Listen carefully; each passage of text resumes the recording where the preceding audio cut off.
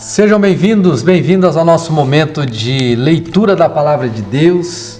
Hoje é dia 11 de abril de 2023 e eu acredito que o Senhor vai falar ao nosso coração agora por meio desta leitura poderosa da Palavra. Hoje nós vamos ler Atos dos Apóstolos, capítulos 23 e 24. Diz assim a Palavra de Deus, Atos capítulo 23. Paulo aqui está sendo levado, diante do Sinédrio. Então preste atenção. Paulo, fixando os olhos no Sinédrio, disse: Meus irmãos, tenho vivido até o dia de hoje com a consciência limpa diante de todos e diante de Deus. Mas Ananias, o sumo sacerdote, mandou aos que estavam perto de Paulo que lhe batessem na boca. Então Paulo lhe disse: Deus há de ferir você, parede branqueada. Você está aí sentado para me julgar de acordo com a lei e, contra a lei, ordena que eu seja agredido? Os que estavam ali perguntaram a Paulo: Você está insultando o sumo sacerdote? Paulo respondeu: Eu não sabia, irmãos, que ele é o sumo sacerdote, porque está escrito: não fale mal de uma autoridade do seu povo. Como Paulo sabia que uma parte do sinédrio se compunha de saduceus e a outra de fariseus, exclamou: Irmãos, eu sou fariseu, filho de fariseus. Estou sendo julgado por causa da esperança e da ressurreição dos mortos. Ditas estas palavras, começou uma grande discussão entre fariseus e saduceus, e o sinédrio se dividiu, pois os saduceus dizem que não há ressurreição, nem anjo, nem espírito, ao passo que os fariseus admitem todas essas coisas. Houve, pois, muita gritaria no sinédrio, e levantando-se alguns escribas, que eram do partido dos fariseus, discutiam, dizendo: Não achamos neste homem mal algum, e se de fato algum espírito ou anjo falou com ele? Como a discussão ficava cada vez mais intensa, o comandante, temendo que Paulo fosse despedaçado por eles, mandou descer a guarda para que o retirassem dali e o levassem para fora. Naquela noite, o Senhor, pondo-se ao lado de Paulo, disse: Coragem, pois assim como você deu testemunho a meu respeito em Jerusalém, é necessário que você testemunhe também em Roma. Quando amanheceu, os judeus se reuniram e juraram que não haviam de comer nem beber enquanto não matassem Paulo. Era mais de 40 os que se envolveram nesta conspiração. Estes foram falar com os principais sacerdotes e os anciãos e disseram: Juramos sob pena de maldição não comer coisa alguma enquanto não matarmos Paulo. Por isso, agora, juntamente com o sinédrio, mande um recado ao comandante para que ele o apresente a vocês, sob o pretexto de que desejam investigar mais acuradamente o caso dele. E nós, antes que ele chegue, estaremos prontos para matá-lo. Mas o filho da irmã de Paulo, tendo ouvido a respeito da trama, entrou na fortaleza e contou tudo a Paulo. Então este, chamando um dos centuriões, disse: Leve este rapaz ao comandante, porque tem algo a dizer. O centurião levou o rapaz ao comandante e disse: O prisioneiro Paulo me chamou e pediu que eu trouxesse à sua presença este rapaz, pois tem algo a dizer ao Senhor. O comandante pegou o rapaz pela mão e, levando-o para um lado, perguntou-lhe: O que você tem para me dizer? Ele respondeu: Os judeus decidiram pedir ao Senhor que, amanhã, apresente Paulo ao Sinédrio sob o pretexto de que desejam fazer uma investigação mais acurada a respeito dele. Não se deixe persuadir, porque mais de 40 deles armaram uma emboscada. Fizeram um pacto sobre pena de maldição, não comer nem beber, enquanto não matarem Paulo. E agora estão prontos, esperando que o Senhor prometa atender o pedido deles. Então o comandante despediu o rapaz, recomendando-lhe que não dissesse a ninguém ter-lhe trazido estas informações.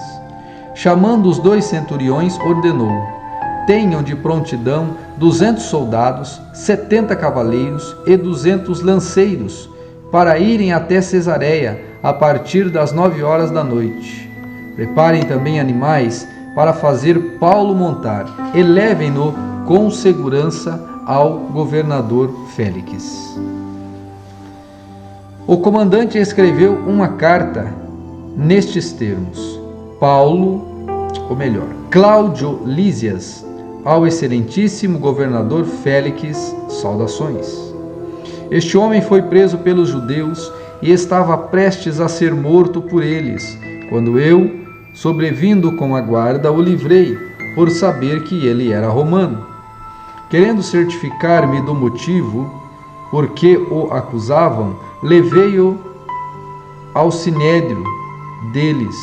Descobri que ele era acusado de coisas referentes à lei que os rege, mas nada que justificasse morte ou mesmo prisão.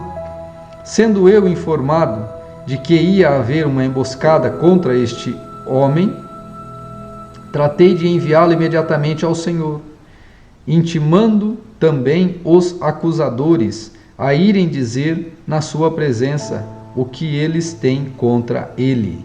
Passe bem. Paulo, então, foi levado no pretório de Herodes. Então os soldados, conforme lhes foi ordenado, pegaram Paulo e durante a noite o conduziram até Antíprate. No dia seguinte, voltaram para a fortaleza, tendo deixado os cavaleiros encarregados de seguir viagem com ele. Quando estes chegaram a Cesareia, entregaram uma carta ao governador e também lhe apresentaram Paulo. Lida a carta, o governador perguntou de que província Paulo era, e quando soube que era da província da Cilícia, disse: ouvirei você quando chegarem os seus acusadores. E mandou que ele ficasse preso no pretório de Herodes. Essa prisão aqui, ela está lá em Cesareia de Filipe até hoje.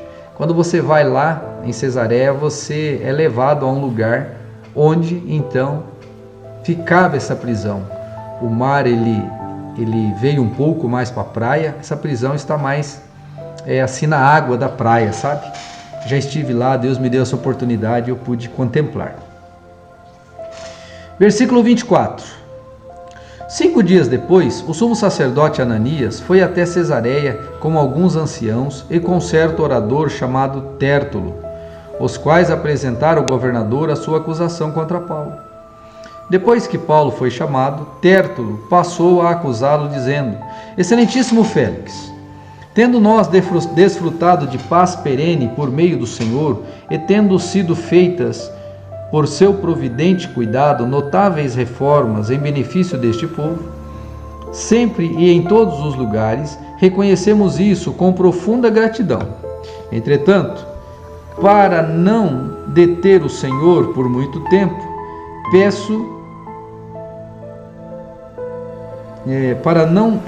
para não deter o Senhor por muito tempo, peço que, de acordo com a sua clemência, nos ouça por alguns instantes, porque tendo nós verificado que este homem é uma peste e promove desordens entre os judeus do mundo inteiro, sendo também o principal agitador da seita dos nazarenos, o qual também tentou profanar o templo, nós o prendemos com o intuito de julgá-lo segundo a nossa lei. Mas, sobrevindo o comandante Lísias, o arrebatou de nossas mãos com grande violência, ordenando que os seus acusadores viessem à presença do Senhor. Se o interrogar, o Senhor mesmo poderá tomar conhecimento de todas as coisas de que nós o acusamos. Também os judeus também concordaram na acusação, afirmando que essas coisas eram assim. Quando o governador fez um sinal para que Paulo falasse, ele disse: sabendo que há muitos anos o Senhor é juiz desta nação, sinto-me à vontade para me defender. O Senhor mesmo pode verificar que não passaram mais de 12 dias desde que fui a Jerusalém para adorar a Deus, e que não me acharam no templo dizendo com ninguém, ou discutindo com ninguém, nem agitando o povo, fosse nas sinagogas ou na cidade. Nem podem provar isso diante do Senhor, essas acusações que agora fazem contra mim.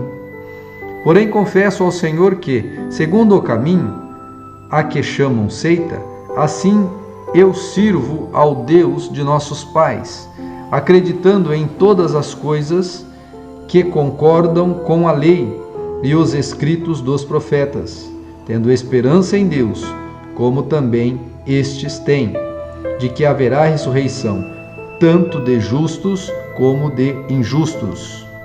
Por isso, também me esforço para ter sempre uma consciência pura diante de Deus e dos homens. Depois de anos, vim trazer donativos para o meu povo e também oferendas. E foi nesta prática que alguns judeus da província da Ásia me encontraram já purificado no templo, sem ajuntamento de povo e sem tumulto, os quais deviam comparecer diante do Senhor e oferecer as acusações se tivessem alguma coisa contra mim. Ou então que estes homens que estão aqui digam que crime acharam em mim por ocasião do meu comparecimento diante do Sinédrio, salvo estas palavras que clamei, estando entre eles: hoje estou sendo julgado por vocês por causa da ressurreição dos mortos. Então Félix, conhecendo mais acuradamente as coisas relacionadas com o caminho, adiou a causa, dizendo: quando chegar o comandante Lísias, tomarei uma decisão a respeito do caso de vocês. E ordenou ao centurião que conservasse Paulo na prisão, tratando-o com tolerância e não impedindo que os seus próprios o servissem. Passados alguns dias, Félix veio com Drusila, sua mulher, que era judia. Mandou chamar Paulo e passou a ouvi-lo a respeito da fé em Cristo Jesus. Quando Paulo começou a falar sobre a justiça, o domínio próprio e o juízo vindouro, Félix ficou amedrontado. Por agora, você pode retirar-se, e quando eu tiver oportunidade, mandarei chamá-lo. Ao mesmo tempo, esperava que Paulo lhe desse dinheiro. Por isso, chamando-o mais frequentemente, conversava com ele. 2 anos mais tarde, Félix teve por sucessor Pórcio Festo, e como Félix queria assegurar o apoio dos judeus, manteve Paulo encarcerado. Esta é a palavra do Senhor para hoje. Deus te abençoe em nome de Jesus.